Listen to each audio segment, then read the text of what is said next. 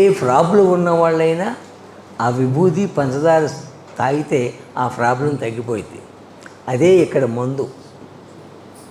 9 గంటలకి prayer start చేస్తాం, 9:45తో ముగిస్తాం. ఆ ప్రేయరు చేసే ముందు మాస్టర్ గారు బీజాక్షరాలు 3 చెప్పాడు. ఆ బీజాక్షరాలు నేను చెబుతా, అందరూ అనండి. అదే బీజాక్షరాలు ఇంటికాడ ప్రేయర్ చేసుకునేటప్పుడు కూడా అనుకొని కూర్చోండి. ప్రేయర్ అదే, ఏమీ చేయకుండా ఉండటమే ప్రేయరు. ఆ మహానుభావుడు అమావాస్యకి పౌర్ణానికి చాలా పవర్ఫుల్గా ఉంటుంది బాబు, ఆ రోజు ప్రేయర్ చేస్తే అని చెప్పేవాడు. మనకి ఇన్ని రోజుల తర్వాత అవకాశం దొరికింది, మనం చేసుకుంటున్నాం. శాస్త్రి గారు మెడిటేషన్ కంటే ముందు ఇట్లా ఏలు పెడితే అందేటట్టు తినరమనేవాడు. ఆ తిని వచ్చిన దాన్ని ఈ మెడిటేషన్లో ఫుడ్ని గుడ్డుగా మార్చి, మెడిటేషన్లో కూర్చొని ఫుడ్ని గుడ్డుగా మార్చి వాళ్ళకి సప్లై చేసేవాళ్ళంట. ఇప్పుడు కూడా మనం ఫుడ్డు గుడ్డుగా చేసి ఎవరు అనాథలు ఉంటారో, అన్నం లేక ఉంటారో వాళ్ళందరికీ పంపిద్దామని చెప్పి మాస్టర్ గారిని కోరుకుందాం. ఇక్కడ ఎక్కువ ఎనర్జీ పాస్ అవుతుంటుంది. ఆ ఎనర్జీ మనలోకి వస్తుంది. మనలోకి వచ్చిన ఎనర్జీ మనలో ఉన్న నెగిటివ్ ఎనర్జీని బయటికి పంపిస్తుంది. మనం పట్టా వేసుకోకపోతే భూమి లాక్కుంటుంది దాన్ని. మనలో ఉండదు నెగిటివ్ ఎనర్జీ. మనలో ఈ ఎనర్జీ నిలబడదు, భూమి లాక్కుంటూ ఉంటుంది. అందుకని పట్టా వేసుకొని కూర్చుంటాం. పట్టా వేసుకుంటే భూమి లాక్కోలేదు, మనలోకి వస్తుంది ఆ ఎనర్జీ. మనలోకి వచ్చిన ఎనర్జీ మనలో ఉన్న నెగిటివ్ ఎనర్జీని బయటికి పంపించేస్తుంది. అయ్యే ఇక్కడికి వచ్చిన వాళ్ళకి రుగ్మతలు పోవటానికి కారణం. అంతే. వాసుదేవ.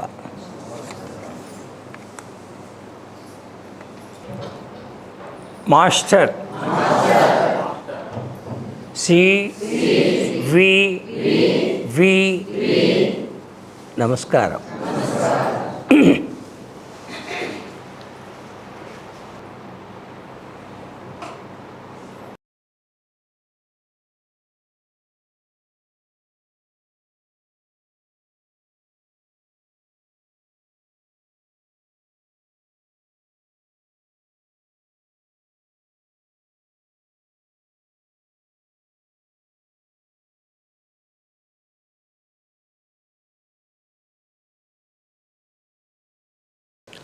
మాస్టర్ వి నమస్కారం. తాతగారు కాపాడండి, మీ దయ. లోకా సమస్త సుఖినో భవతు, లోకా సమస్త సుఖినో భవతు, లోకా సమస్త సుఖినో భవతు. ఓ శాంతి శాంతి శాంతి. ఇవాళ అమావాస్య ప్రేయర్ బ్రహ్మాండంగా జరిగింది. చాలా ప్రశాంతంగా ఉంది.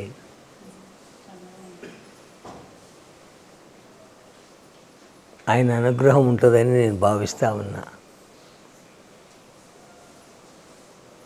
ఇవాళ ప్రేయర్కి వచ్చిన వాళ్ళకి వాళ్ళ బాధలు తీరి వాళ్ళు కోరుకున్న మంచి జరగాలని తాతగారిని ప్రార్థిస్తూ ఉన్నా.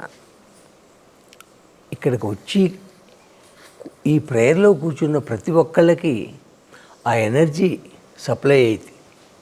ఆ ఎనర్జీ సప్లై అయినప్పుడు మనలో ఉన్న బాధలన్నీ పోతాయి, ప్రశాంతత ఏర్పడుతుంది. ఆ అమ్మాయి ఏడ్చుకుంటా వచ్చింది ఇందాక. ఇప్పుడు నిద్ర చేస్తుంది, రేపొద్దున ఏమీ లేదంటది, హాయిగా ఉన్నదంటది.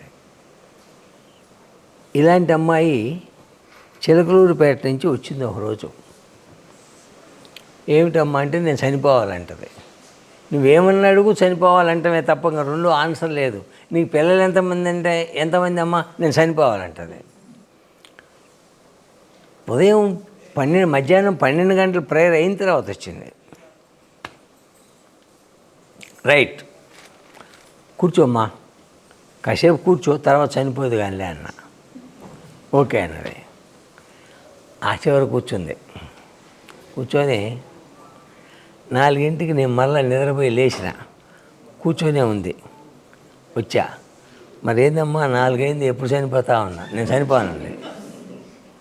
చనిపోవా అన్న? చనిపోనండి. ఎందుకని అన్న? నేను చనిపోతే నా పిల్లలు అన్నది. ఓహో, పిల్లల కోసం నువ్వు బతుకుతానంటావు అన్న. బ్రతుకుతా. మీ ఆయన అంటే మా ఆయన చనిపోయినాడంది. ఓహో, అయితే పాపం నువ్వు కూడా లేకపోతే పిల్లలు అనాథులు అవుతారుగా. అనాథులు ఎందుకు అవుతారు? నేను అడిగిపోతా, నేను ఉంటానంటే. గ్యారెంటీ అన్న? గ్యారెంటీ. మరి ఇందాక చనిపోతానన్నట్టుకుంది అన్న. ఇందాక ఒకవేళ అంటే అన్నానేమో, ఇప్పుడు మాత్రం చనిపోనండి. సరే, మంచి తల్లి అని పిల్లగాడిని పిలిచారే, ఈ అమ్మాయిని చిలకూరు పెట్టి బస్సు ఎక్కించారా పోయిండ్రా అని చెప్పి వాడిని పంపిస్తే చేసపోయి వదిలిపెట్టొచ్చారు. అంటే ఒక 2 గంటల్లోనే ఆ మహానుభావుడు ఆ మనసును మార్చేస్తాడు. ఆ మనసు మార్చే శక్తి ఆయన దగ్గర ఉంది. ఈ బిల్డింగ్లో కూర్చుంటే చాలు. అందుకే ఇక్కడికి వచ్చి ఈ మెడిటేషన్లో కూర్చోమనేది. ఆ మెడిటేషను మనం ఇంటికాడ చేసుకోవచ్చు. ఇంటికాడ చేసుకుంటే 10% వచ్చేది. 10 మందిలో కూర్చొని చేసుకుంటే 10 బదులు 100% వస్తుంది. అదే 100 మందిలో కూర్చొని చేసుకుంటే 100 బదులు 10 వస్తుంది ఒక్కసారి చేస్తే. ఆ 10 వచ్చేది కూడా ఆశ్రమంలో అమావాస్యకో పౌర్ణానికైతే దానికి 10 రెట్లు వస్తుంది. అందుకని ఇంత ఇంపార్టెంట్ ఈ అమావాస్యకి పౌర్ణానికి ప్రేయర్. గుడివాడలో రత్నకుమారి అని ఉంది ఒక అమ్మాయి. ఆ అమ్మాయి 5-6 ఏళ్ల నుంచి వస్తుంటుంది. ఆ అమ్మాయి ఆశ్రమానికి కావలసిన అదేంటి బ్లీచింగ్ పౌడర్ తెస్తూ ఉంటుంది. 2 ఆడపిల్లల అమ్మాయికి, 2 సాఫ్ట్వేర్ ఇంజనీర్లే, 2 హైదరాబాద్లో ఉద్యోగాలు. అక్కడ ఒక పిల్ల ఒకరిని ప్రేమించింది. నా ప్రాణం పోయినా సరే నేను ఈయనంటాడు తండ్రి. ఆ పిల్లగాడిని చేసుకోకుండా వేరే వాళ్ళని మీరు చేస్తానని అంటే వెంటనే నేను సూసైడ్ చేసుకుంటా అంటది ఈ పిల్ల. ఈ తల్లి ఏం చేయాలో అర్థం కావట్లా. తండ్రినా చేస్తానంటాడు, ఈ పిల్ల ఇటు చూస్తే ఈ పిల్ల చేస్తానంటుంది. ఏం చేసి ఎవరికి చెప్పినా వినేటట్లేరు. లోపల పోయి తలుపేసుకొని ఏడ్చుకుంటా నాకు చెప్పింది, ఏందమ్మా ఇది కథ. పెద్దగా మాట్లాడితే ఆ పిల్ల ఎంటదేమో బయట నుంచి అని చిన్నంగా చెప్పిద్ది ఏడ్చుకుంటా. నీ పాల్గొని అర్థం కావట్లేదమ్మా అంటే, సరే అర్థమో చిన్నంగా 1-4 సార్లు అడగంగా కథ అర్థమైంది. అమ్మాయి పేరమ్మా అన్న. అమ్మాయి చెప్పింది, ఆ అమ్మాయి మనసు మార్చాలి అంతే కదా నీ ఘోష. అవునండి, సరే తాతగారికి విన్నమించుతాలే, మారుస్తాడులే అన్న. ఆ మహానుభావుడితో చెప్పా, మన ఉద్యోగం ఏంది? పోస్ట్ మ్యాన్ ఉద్యోగం. ఉత్తరం ఎవరికొని వస్తే వాళ్ళ ఉత్తరం వాళ్ళ ఇంటూ ఇచ్చి రావటమే. ఆ ఉత్తరంలో ఏముంది ఏంది ఇవన్నీ మనకు అనవసరం. ఆ అమ్మాయి చెప్పింది అతనికి ఆ మహానుభావుడితో చెప్పా. ఓకే బాబు గారు అన్నాడు. ఓకే బాబు గారు అంటే అమ్మాయి మనసు మారుస్తాడని తెలుసు నాకు. ఇంకా ఆయన ఒక ఎమ్మెల్యే దగ్గర పిఏ, రెవెన్యూ ఆఫీసర్. ఆయన ఎమ్మెల్యే దగ్గర పిఏగా ఉంటున్నాడు. ఈ ఎమ్మెల్యే టూర్కి వెళ్ళాడు 3 రోజులు ఏదో ఊరు. ఆ 3 రోజుల తర్వాత మళ్ళీ ఇంటికి వచ్చాడు. ఇంటికి రాగానే ఆ పిల్ల కాళ్ళ మీద పడది. కాళ్ళ మీద పడితే అంతకుముందు కోపంతో ఉన్నట్టుగా పిల్ల అంటే కొద్దిగా దూరం పోయిండు. మళ్ళీ లేచి, నానా నా తప్పులు మన్నించి నానా, నేను తప్పు చేశా, నీ మనసు బాధ పెట్టా, నన్ను మన్నించు, నువ్వు చెప్పిన పిల్లవాడిని నేను చేసుకుంటానా అని ఏడ్చిపోయి దగ్గరికి పోయి ఏడ్చిందంట. ఆ మొత్తం నా కూతుర్ని వాటేసుకొని తను ఏడ్చాడు. ఈ ఆనందంలో మళ్ళీ ఫోన్ చేసి ఇట్లయినా అది నేను వస్తున్నానంది. వచ్చింది. ఆయన బాధలు, రోగాలు ఆర్థికంగా, శారీరకంగా, మానసికంగా మారుస్తారని చెప్పింది కదా. ఈ మానసికంగా ఉన్న దాంట్లో ఇది కూడా ఒకటి. మనసును మార్చే శక్తి ఆ మహానుభావుడికి ఉంది.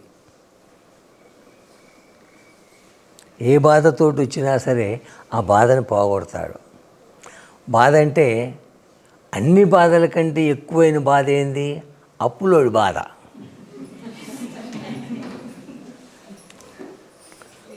ఆ అప్పుల బాధ స్వయంగా అనుభవించేవాడికే తెలుస్తుంది. నేను అనుభవించిన. నిద్రపట్టను కూడా నిద్ర పట్టదు. వాడు వస్తాడు, ఎప్పుడు వస్తాడో, ఏం చేస్తాడో వాడేం సంపడు. వాడు అడుగుతుడు మన పరువు బాధ్యే. అవమానం. ఈ అవమానం భరించే కంటే సూసైడ్ చేసుకోవడం మంచిది. హరిశ్చంద్రుడు కూడా ఈ అప్పులోడి నక్షత్రకుడు బాధ తట్టుకోలేక సరివాడినగుబాటు అని పద్యం పాడతాడు. ఆ హరిశ్చంద్రుడు కూడా వాడు చెప్తాడు ఆ పద్యంలో, ఏ బాధ అంత బాధ ఉండదంటే ఎవరికి, మరణమే శరణం అనుకుంటాడంట. ఈ బాధని ఆ మహానుభావుడి దగ్గర ఉంటే ఆ బాధ ఎట్లా పోయిద్దంటే, మనం కారులోనూ మోటార్ సైకిల్ మీదనో పోతూ ఉంటాం అనుకోండి, మనకంటే ముందు ఒక లారీలో ధాన్యం లారీ పోతూ ఉంటుంది. ఆ ధాన్యం లారీలోంచి ధాన్యం కింద పడుతుంది దారి పొడుగుతా. ఈ పక్షులు వచ్చి ఆ ధాన్యం ఏరుకొని తింటూ ఉంటాయి రోడ్డు మీద.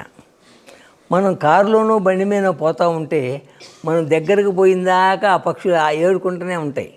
దగ్గరకు పోగానే టెక్కలు లేచిపోతాయి పక్కకి. మనం బ్రేకు కొట్టం, ఆ పక్షి ఉంది అని ఆరను కొట్టం. కానీ అవి చచ్చిపోతాయేమో ఉన్నాయి అనుకుంటాం. ఆ దగ్గరకు పోగానే టెక్కలు లేచిపోతాయి. మన బాధలు కూడా ఆ మహానుభావుడు మనకంటే ఆ కారుకో మోటార్ సైకిల్ పోయేటప్పుడు ఈ పక్షులు ఎట్లా లేచిపోతున్నాయో మన బాధల్ని తీసేస్తూ ఉంటాడు తాతగారు. ముందు ఆడవాళ్ళు వస్తారు, లేడీస్ ఫస్ట్ అన్నారు కదా, వాళ్ళకి ముందు బొట్టు పెడదాం. రుగ్మతులు ఎవరైనా ఉన్నవాళ్ళు విభూది పంచదార 2 ఇస్తారు, 2 పొట్లాలు. ఆ రెండింటిని పంచదార ఇంత చిటికెడు, విభూది ఒక చిటికెడు వేసి నీళ్ళల్లో ఒక చిన్న గ్లాసులో కలుపుకొని ఒక ఉద్దరిని అంటే ఉగ్గిన్న నీళ్లు ఒక గుట్టక ఉదయం, ఒక గుట్టక సాయంత్రం తాగండి, మొత్తం తగ్గిపోతాయి.